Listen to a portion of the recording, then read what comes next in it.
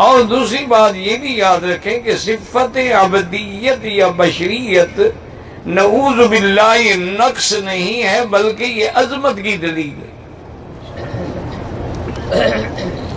اور سارے قرآن میں دیکھیں کہ حضور کی عبدیت جیسے آپ کی عظمت نرالی، آپ کی ذات نرالی، آپ کی عبدیت بھی نرالی ہے۔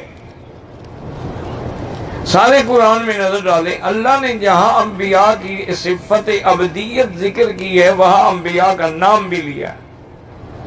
ذکر رحمت ربک عبدہ زکریا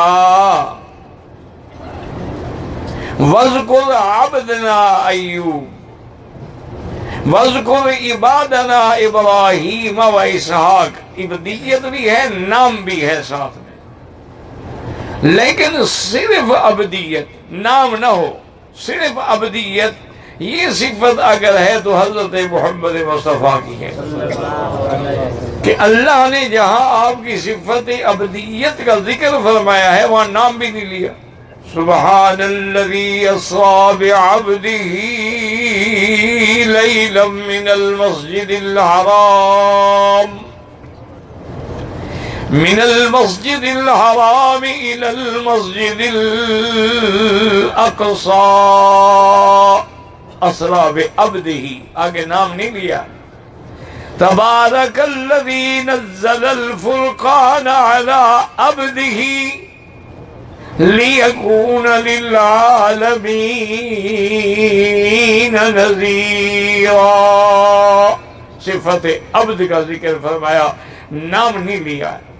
اسی طرح فرمایا الحمدللہ الذی انزل علی عبدہ الکتاب ولم یجعل له عوجا۔ عبد وَأَوْحَى إِلَىٰ عَبْدِهِ مَا أَوْحَىٰ۔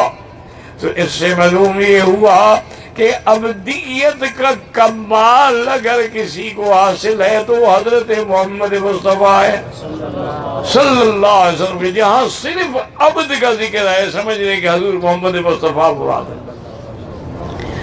اور اسی طرح یاد رکھیں کہ صحیح حدیث میں ہے کہ سیدہ عائشہ صدیقہ رضی اللہ تعالی عنہ نے ایک دن عرض کیا کہ یا رسول اللہ آپ اتنی عبادت فرماتے ہیں کہ ساری رات کھڑے کھڑے گزر جاتی۔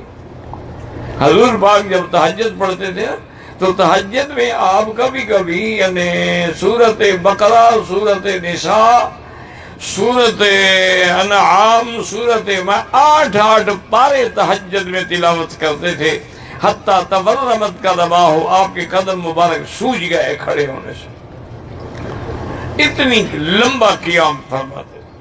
تو بی بی عائشہ صدیقہ نے محبت میں عرض کیا کہ یا رسول اللہ آپ اتنی تکلیف کیوں فرماتے ہیں؟ اللہ نے تو آپ کو خوشخبری دے دی ہے کہ لیغفر لک اللہ ما تقدم من ذنبک وما تأخر، کہ میرے محبوب نبوت سے پہلے یا نبوت کے بعد آپ کی جو بھی غلطی ہیں ہم نے معاف کر دی ہیں۔ تو جب اللہ نے آپ کو بشارت دے دی ہے، مغفرت کا اعلان فرما دیا ہے، پھر اتنی تکلیف کی کیا ضرورت ہے؟ حضور پاک نے کیا جواب دیا؟ فرمایا فَلَا أَكُونُ عَبْدًا شَكُورًا۔ عائشہ جس اللہ نے مجھے یہ نعمت دی ہے میں اس کا شکر گزار بندہ نہ بنوں؟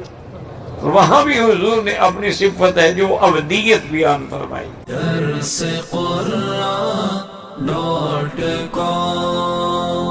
www.darsequran.com